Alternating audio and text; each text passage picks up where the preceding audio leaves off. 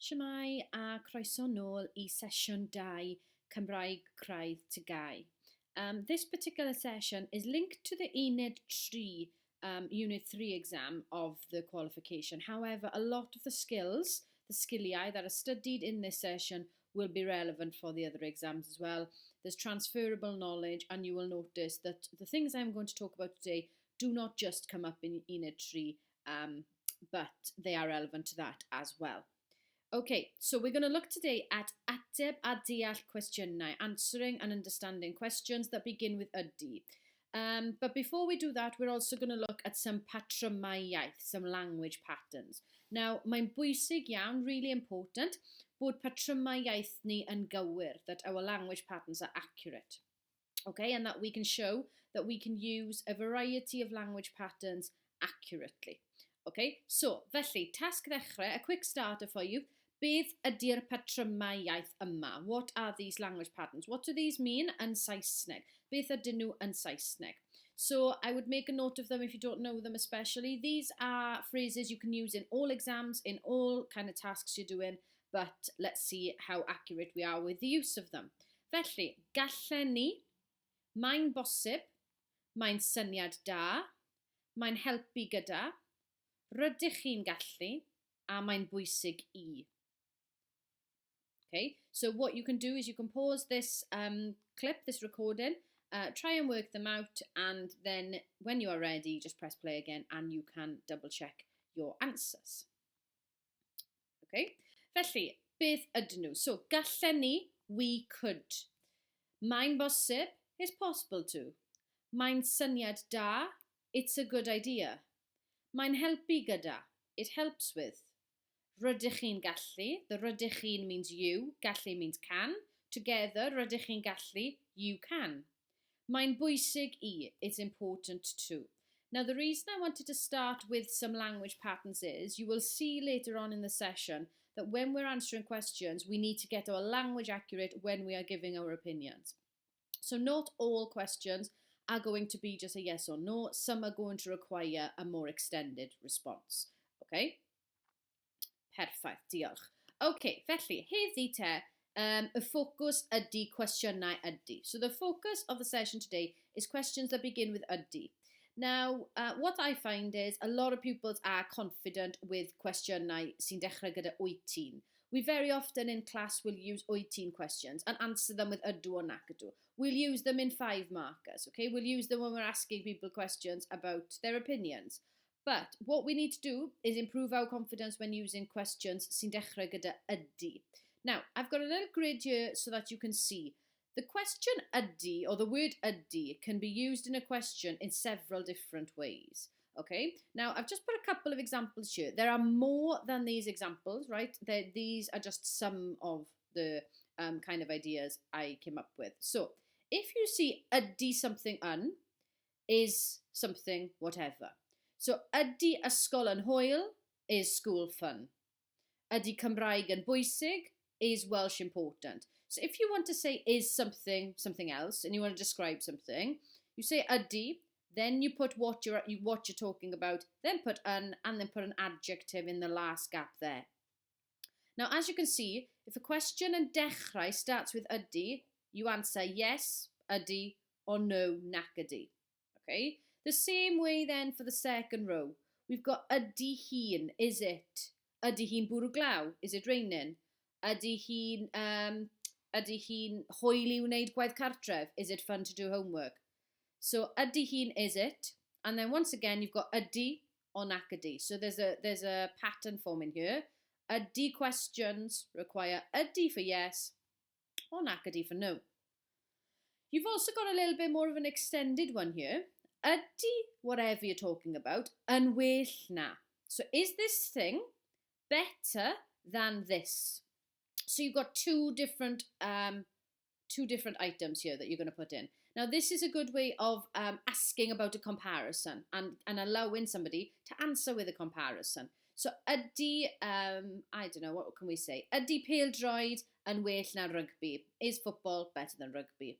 Ydy or nac ydy? So you're giving your opinion, even though the question is something better than, it's asking you, do you think this?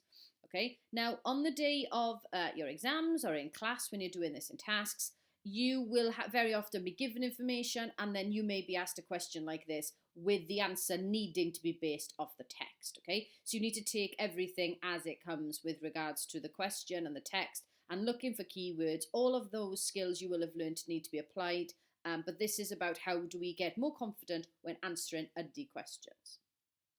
Okay, look at the next line then. Ydy this yn syniad da? Is this a good idea? So ydy ysgol yn syniad da? Is school a good idea? Ydy gwisg ysgol yn syniad da? Is school uniform a good idea? Ydy prom yn syniad da? Is a prom party a good idea? Once again, you can see the pattern. Ydy, nac ydy. Now, I've said already that ydy here means yes, and the nac ydy means no. Okay? Ydy something yn bwysig. Now, I could replace that for any adjective if I wanted to. This particular one means is whatever you're talking about important. I could say defnyddiol, useful. I could say fendigedig. I could say wastraff amser. Okay? Ydy gwaith cartref and wastraff amser is homework a waste of time. Ydy ailgylchu yn bwysig is recycling important. Ydy edrych ar ôl y corff yn bwysig is looking after your body important. Once again, exactly the same all the way down. Ydy for yes and nac ydy for no.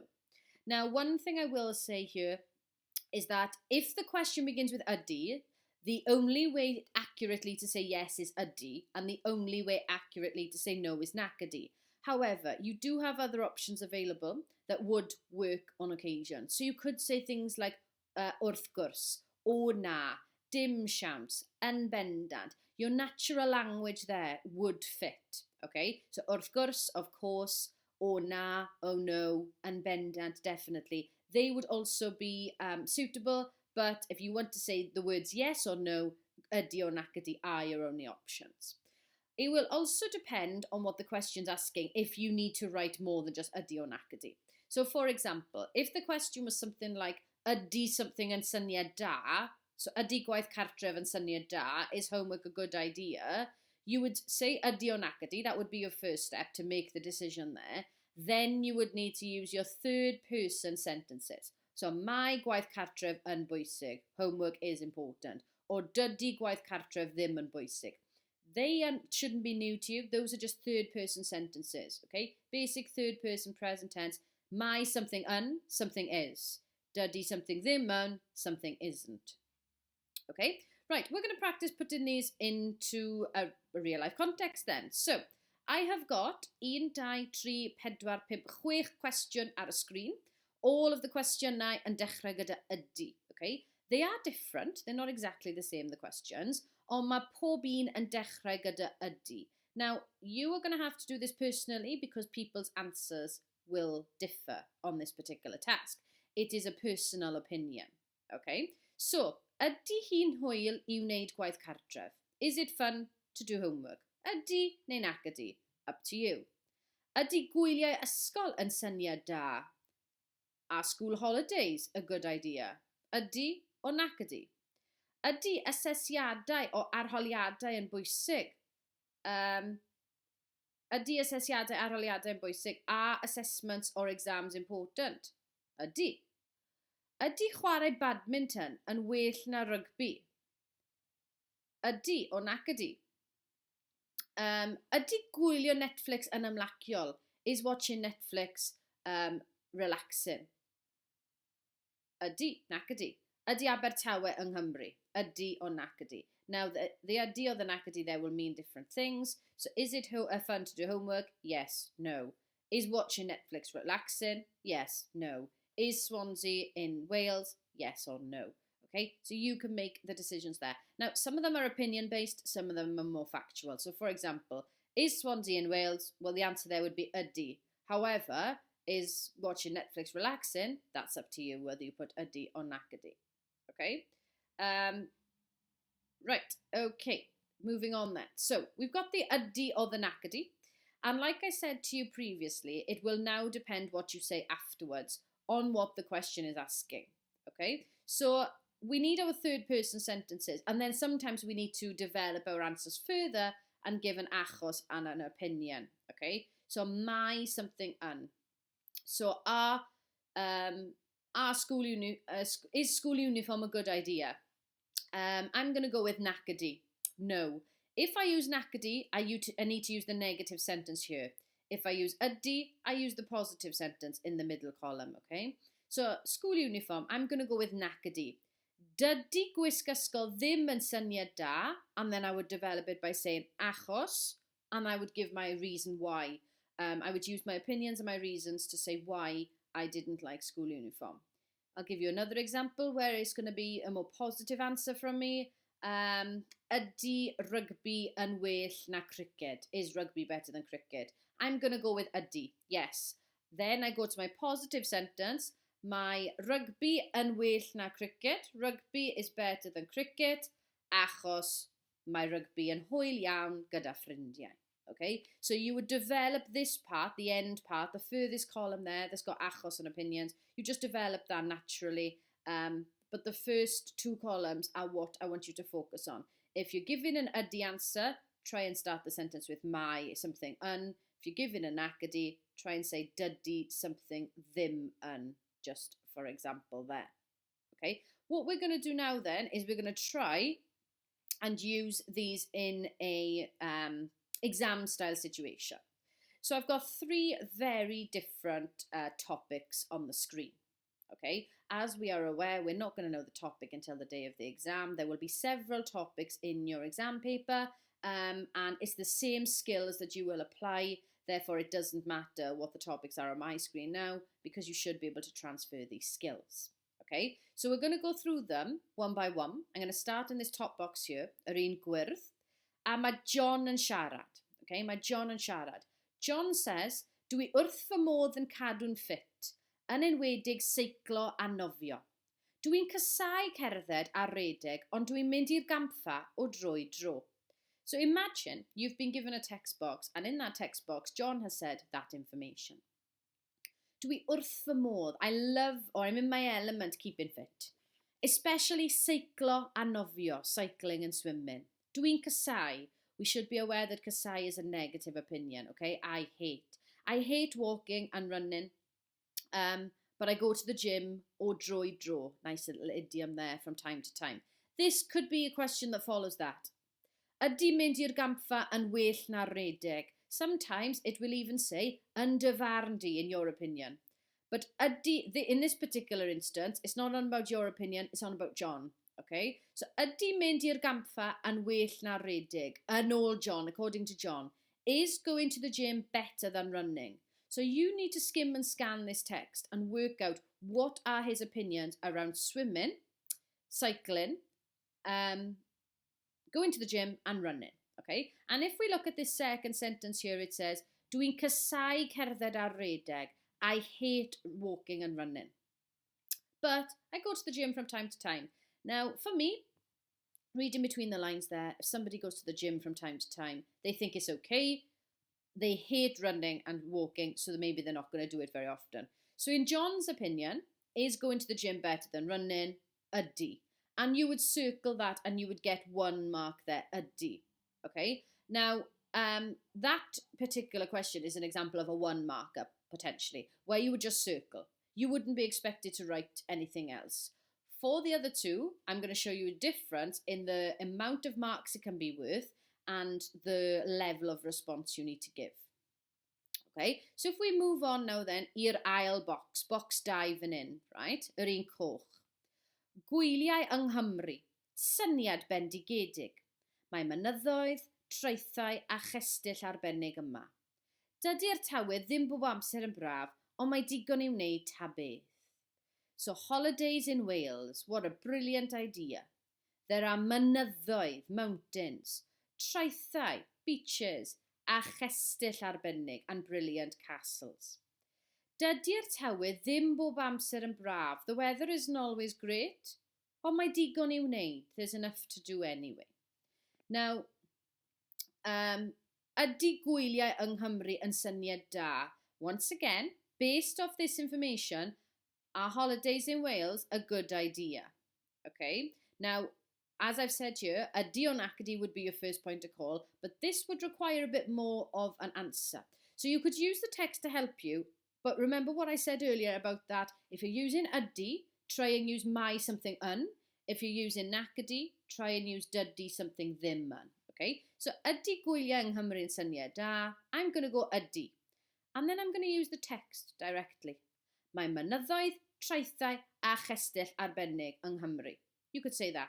You don't need to say the negative. You could also say, mae digon I wneud, there's enough to do. You could also use the question to help you form an answer. Now, if the words syniad da are in the question, you can put that in the answer. Mae gwyliau yng Nghymru yn syniad da, and then you could say achos and give a reason why. If it said, and I mentioned this up here, if it said yn dy farn di, or wyt ti'n meddwl, if it said anything about what you think or in your opinion, then you make it about you. Otherwise, read the instructions carefully always, make it about the text that you are given. Iawn? Sometimes as well, it's worth mentioning that these questions are a way of asking you to cytuno neu anghytuno. Okay, do you agree basically with what the person is saying? And the question is just asking you that in a different way. We are quite aware that usually our cytuno anghytuno questions are wyt ti'n cytuno, wyt ti'n debyg, wyt ti'n anghytuno. So this is a different way of asking you the same information, but seeing if you are confident with using ydy questions. Okay, so let's have a look at the un olaf te, the final one and a cylch in the circle. It says, mae'n bwysig edrych ar ôl y blaned, mae ailgylchu yn hawdd. Rydych chi'n gallu ailgylchu papur, caniau a photeli. It's important to look after the planet. Mae'n bwysig, it's important. We had that phrase at the start of the session. Mae ailgylchu yn hawdd. Recycling is easy, hawdd is easy. Rydych chi'n gallu ailgylchu papur, caniau a photeli. Once again, our language is important, not just the language we're using when we're writing, but when we're reading, that we're recognising these patterns. Rydych chi'n gallu, you can, recycle, paper, cans and bottles. Okay, now let's have a look at this question. Once again, an ydy question, however, with a slight difference. Okay, yn y darn, in the text, mae ailgylchu yn bwysig. In the text, recycling is important. Ydy ailgylchu yn bwysig yn dy farn di? Pam? Is recycling important in your opinion and why? So this time it's specifically saying do not talk about this as such, talk about your own opinions. But we already know that we answer ydy questions in the same way. So ydy or nac ydy, okay? And then once again, mae ailgylchu yn bwysig or dydy ailgylchu ddim yn bwysig achos. Another little tip for you while I remember to say it is if you say in maybe that ailgylchu recycling is ddim yn bwysig, try and say what you prefer or what is better instead. Okay, so there are 3 examples and you can pause this video and have a go at those if you want on your own. Okay, so there's 3 different examples there. They would be worth different marks. Okay, you're potentially looking at a 1 marker there. This may require a full sentence, which would be worth more. And this one could even be something like a 3 marker or even a 5 marker where you'd have to give the yes or no and then give potentially 2 reasons and opinions, which would be worth more marks again. So even though these questions are exactly the same and we approach them in the same way, they can be worth different marks and in different contexts and about different topics. Okay, right, just to finish off then, yn y plenary te, faint ydych chi'n cofio? How much do you remember from the session today? So, I thought, let's do a little test. Okay, so we've got 3 questions ar screen, and you're going to decide if these 3 questions yn gywir neu anghywir. Are they correct or are they incorrect, the statements that I have written? Now, all of them are based off what I've said during the session. So, question 1. Ydy and nac ydy are the only way to answer ydy questions. Is that cywir, true, or anghywir, false? Mae something yn syniad da is a positive sentence and means I think something's a good idea. Is that cywir or is that anghywir? When answering ydy questions, it's really important that the information and the sentence patterns that follow are accurate. Is that cywir or anghywir? Just quickly jot down one word, cywir or anghywir for those 3, and then we're going to go through them and discuss, and you can have a look at whether or not you agree with what I'm saying. Okay, so ydy o nac ydi are the only way to answer ydi questions. Technically anghywir. Ydi and nac ydi are the only way to say yes or no, but we are aware we can use our natural language at times as well. Okay, so we can say wrth gwrs and bendant. So even though ydi is the correct way to say yes and nac ydi is the correct way to say no, there are other ways to answer those questions. Mae something yn syniad da is a positive sentence and means I think it's a good idea. Cywir. Syniad da is a good idea. We need this mae here. We've discussed that all the way through the session. Mae something yn is how you say something is or something are. And that's how you follow your ydi answer. Okay? When answering ydi questions, it's important our sentence patterns are accurate. Yes, cywir, true. We're always looking for grammatical accuracy and that your language is accurate. So it doesn't matter whether you're answering a question or reading, the higher accuracy levels you've got, the better. Okay? So diolch yn fawr iawn. Thank you very much. Diolch yn fawr am ymuno ar sesiwn heddi.